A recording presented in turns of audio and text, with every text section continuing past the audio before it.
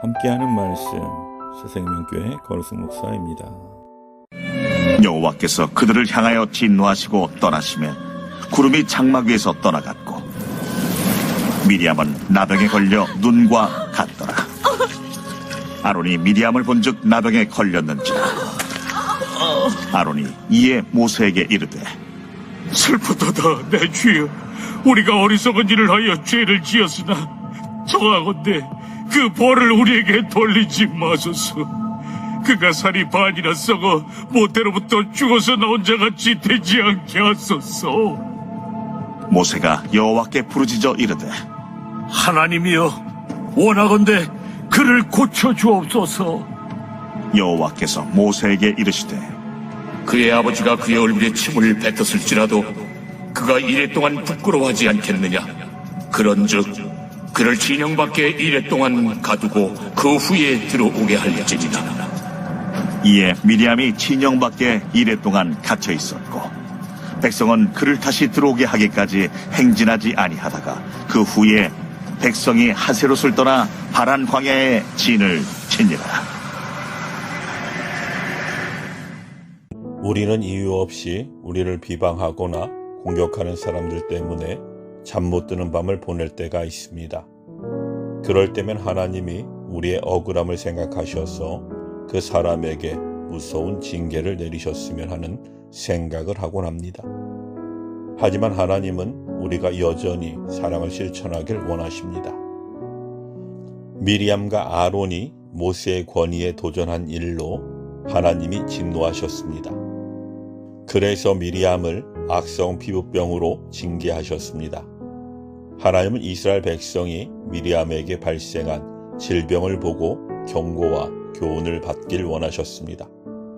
미리암은 일주일 동안 진영에 들어올 수 없었고 이스라엘 백성은 이를 통해 모세의 권위가 하나님으로부터 온 것임을 확실하게 알 수 있었습니다.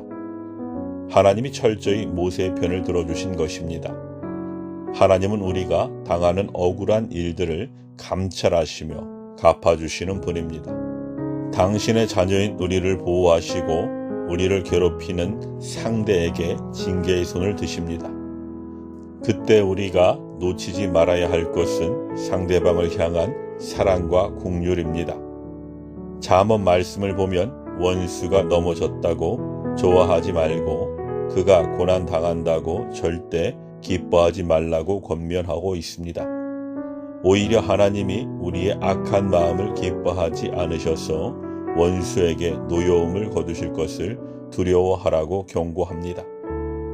우리는 우리를 괴롭힌 상대방과 본질적으로 전혀 다르지 않은 죄인임을 언제나 잊지 말아야 합니다. 하나님이 우리의 죄를 용서하시고 자비를 베풀어 주신 것을 기억하고 어려움을 당한 상대를 향해 우리가 받은 자비와 긍휼을 보여주어야 합니다. 모세는 미리암에게 일어난 불행한 일에 마음 아파하며 그를 위해 하나님께 부르짖었습니다. 우리를 반대하고 어려움을 주는 사람에게도 긍휼을 잃지 않는 것이 우리가 실천해야 할 사랑입니다. 타인을 위한 중보 기도는 사랑을 표현하는 중요한 수단입니다. 특히 나에게 해를 끼친 사람을 위해 기도하는 것은 어려운 일이지만 거룩한 사랑을 실천하는 일입니다. 모세는 악성 피부병으로 고통받는 미리암을 고쳐달라고 간절히 부르짖었습니다. 그는 미리암이 하나님께 용서받고 회복되기를 진심으로 기도했습니다. 하나님은 모세의 기도를 들으시고 미리암의 고통을 7일로 한정시켜 주셨습니다. 아마도 그 기간은 미리암이 자신의 죄를 참회하고 이스라엘 백성에게 모세의 권위를 확실히 각인시키는 최소한의 기간이었을 것입니다. 현대에 와서 세상에서 교회의 권위가 흔들리고 도전받아 왔습니다. 이러한 세상의 도전 앞에서 교회는 거룩함을 유지하기 위해 노력해야 할 뿐 아니라 교회를 미워하고 교회의 권위를 흔드는 세상을 위해 중보의 사명을 놓지 말아야 합니다. 예수님은 상산수훈에서 원수를 사랑하고 자신을 박해하는 자들을 위해 기도하라고 말씀하셨습니다. 교회를 비난하는 자들을 위해 중보 기도를 드리는 일은 예수님을 따르는 제자의 도리입니다. 하나님은 우리의 기도를 사용하셔서 교회가 세상의 빛으로 영적 권위와 영향력을 발휘하도록 역사하십니다. 미리암을 회개하신 하나님이 세상의 죄인들도 죄에서 돌이키게 하시고 교회로 인도해 주실 것입니다. 이런 기회와 소망을 가지고 교회로 부름받은 우리도 거룩한 중보의 손을 중단 없이 높이 들어야 합니다. 모세는 자기를 배반하고 자신의 권위를 흔들려 했던 미리암을 위해 간절히 기도했습니다. 예수님은 우리를 사랑하는 자만을 사랑한다면 세리나 이방인과 다를 바 없다고 말씀하셨습니다.